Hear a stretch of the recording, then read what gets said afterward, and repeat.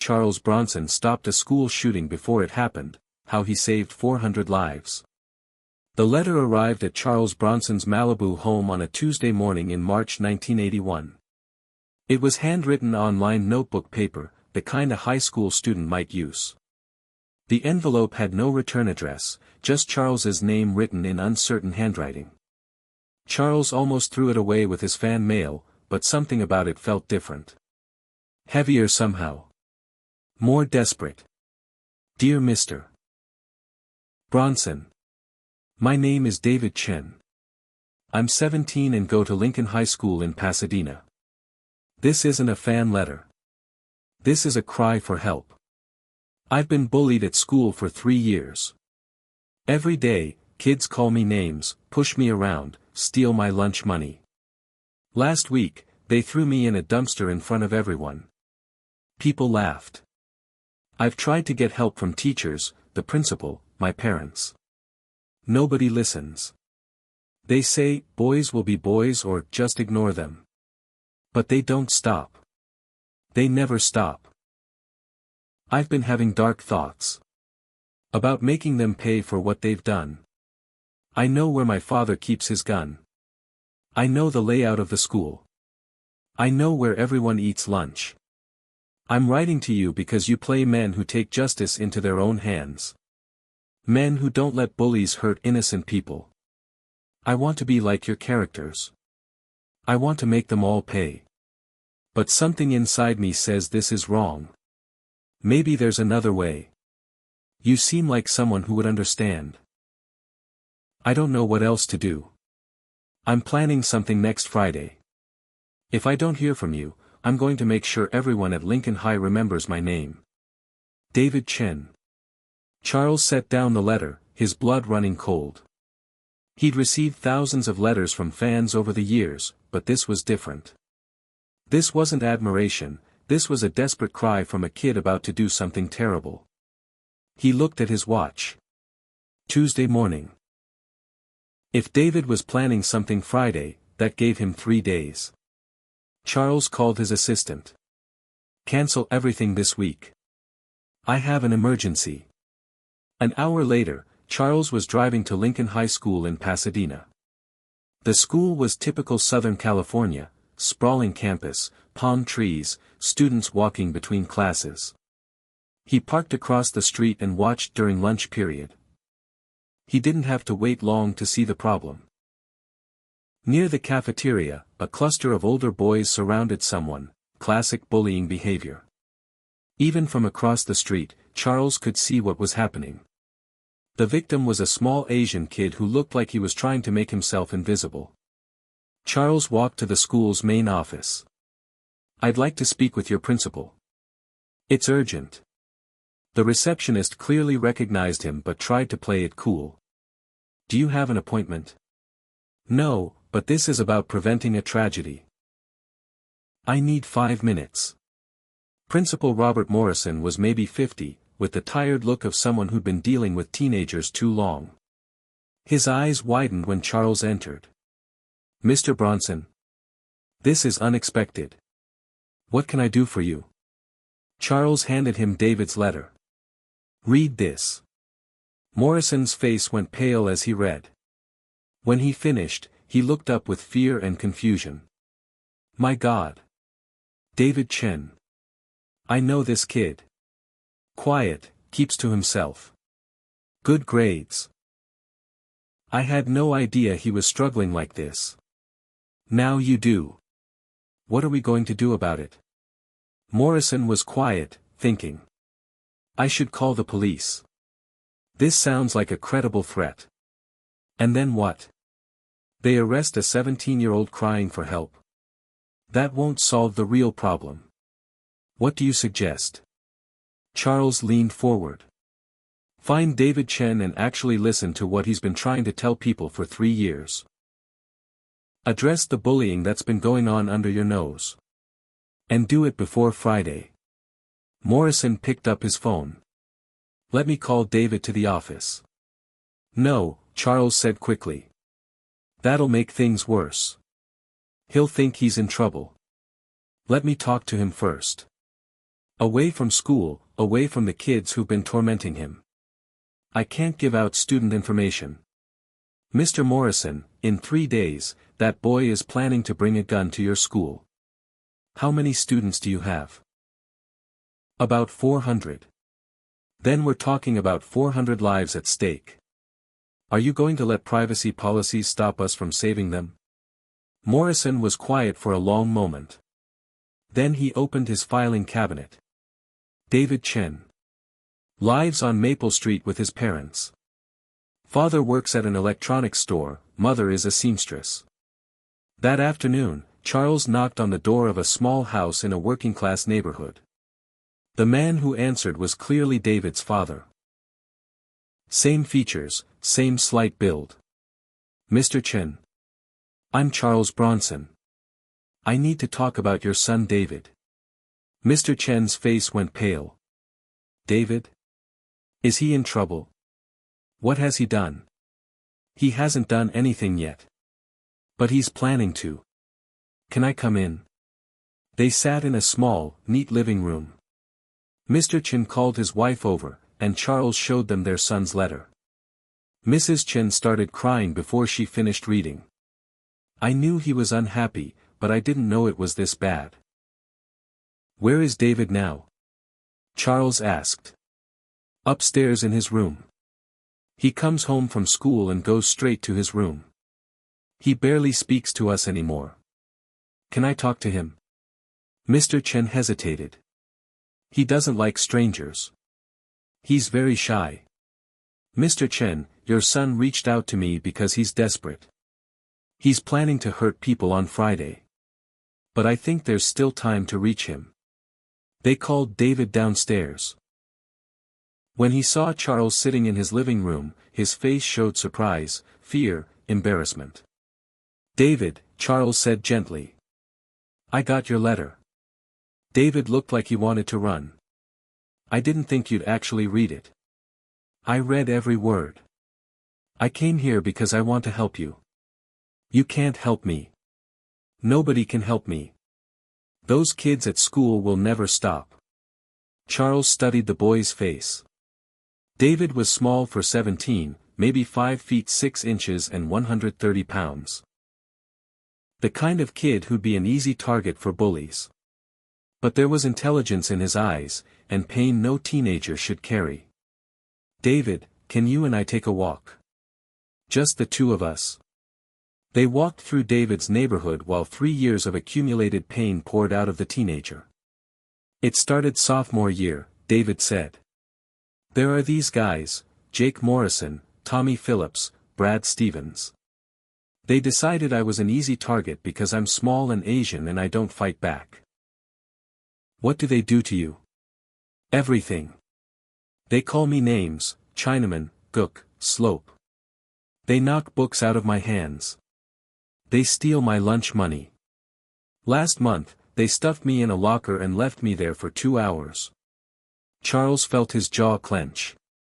What do the teachers do? Nothing. When I report it, they say they didn't see anything. Or they tell me to avoid those kids. But how can I avoid them? We go to the same school. What about your parents? David's voice grew bitter. They told me to study harder, get better grades, and the bullies would leave me alone. They don't understand this isn't about grades. It's about power. They sat on a bench at a small park. David was quiet for a moment, then said, Mr. Bronson, I think about killing them every day. I dream about walking into the cafeteria with my dad's gun and making them pay. But you haven't done it. No. But I'm going to. On Friday. During lunch. When they're all sitting together, laughing about whatever kid they tormented that day. Charles turned to look directly at David. Why Friday? Because that's when they're planning something special. I overheard them talking. They're going to strip me naked and lock me outside during lunch period. They think it's going to be hilarious. Charles felt sick. David, if you do what you're planning, you're not just going to hurt the kids who bullied you. You're going to hurt innocent people. Kids who never did anything to you. I know, David whispered. But I can't think of any other way to make it stop. What if I told you there was another way? David looked at him with desperate hope. What way? What if we made sure the bullying stopped without anyone getting hurt? What if we fixed this the right way? How? Charles smiled. David, I'm Charles Bronson. I have a certain reputation in this town.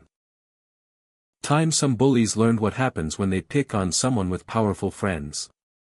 The next day, Charles returned to Lincoln High during lunch period. The effect was immediate, conversations stopped, students stared, cell phones came out. He walked directly to the table where Jake Morrison, Tommy Phillips, and Brad Stevens were sitting. These were clearly the alpha bullies, bigger than other kids, louder, more aggressive. Gentlemen, Charles said, pulling up a chair and sitting at their table. We need to talk. Jake Morrison, the obvious ringleader, tried to play it cool. Holy shit. You're Charles Bronson. That's right. And you're Jake Morrison. And you've been making life hell for a kid named David Chen. The color drained from Jake's face. I don't know what you're talking about. Sure you do. You and your friends have been bullying David for 3 years. Calling him names, stealing from him, humiliating him in front of other students. Tommy Phillips leaned forward. Look, Mr. Bronson, that's just normal high school stuff. Kids mess around with each other. Charles's expression hardened. Tommy, what you call messing around, I call terrorism. You've been systematically terrorizing a kid for 3 years, and it stops today. You can't tell us what to do, Brad Stevens said, trying to sound tough. You're just an actor. Charles smiled coldly. You're right, Brad. I am just an actor. But I'm also a man who's made a career playing vigilantes. Men who hunt down bullies and make them pay for hurting innocent people. He leaned closer to the 3 boys. Here's what's happening, you're going to leave David Chen completely alone. You're not going to look at him, talk to him, or even think about him. If I hear any of you has so much as bumped into him in the hallway, there will be consequences. What kind of consequences? Jake asked, his voice shaking. The kind that make you wish you'd never heard the name David Chen. The kind that follow you for the rest of your lives. Charles stood up. Boys, I grew up in Pennsylvania coal country. I learned how to deal with bullies from men who could break you in half. The difference is, those men had to use their fists. I don't.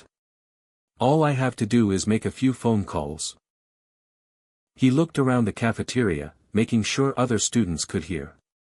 Word travels fast in high school.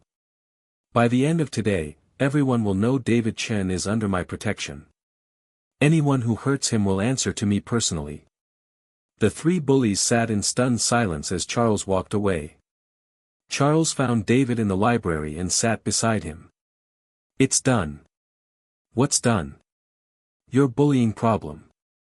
I had a conversation with Jake Morrison and his friends. They won't be bothering you anymore. David looked skeptical. Mr. Bronson, you don't understand. They're not afraid of anything. They're afraid of me. And more importantly, they're afraid of what will happen to their reputations if word gets out that Charles Bronson personally came to school to protect David Chen from them. Charles was right. By day's end, the story had spread throughout Lincoln High. The quiet Asian kid who'd been bullied for 3 years was now under the protection of Hollywood's most famous tough guy. The effect was immediate and dramatic. Not only did Jake Morrison and his friends leave David alone, but other students started talking to David, treating him with respect. Some even apologized for not standing up for him before. Friday came and went without incident. David went to school, attended classes, ate lunch in peace, and came home safe. A week later, Charles received another letter from David. This one was different. Dear Mr. Bronson, I can't believe what happened this week. For the first time in 3 years, I walked through school without being afraid. Jake and his friends won't even make eye contact with me. But more than that, other kids are actually being nice to me. A girl named Sarah asked me to help her with math homework. The drama teacher asked if I wanted to try out for the spring play. I want you to know I got rid of my plan for last Friday. I threw away the notes I had written. I told my dad I thought we should put his gun in a safe. You saved my life, Mr. Bronson. But you also saved the lives of everyone at my school. Because I was really going to do it. I was really going to hurt people. Thank you for showing me there was another way. Your friend forever. David Chen. P.S. I've decided I want to be a counselor when I grow up. I want to help other kids who feel like I did. Charles kept that letter for the rest of his life. David Chen graduated from Lincoln High with honors in 1982. He went to UCLA on an academic scholarship, studying psychology. He became a school counselor and spent his career helping troubled teenagers find alternatives to violence.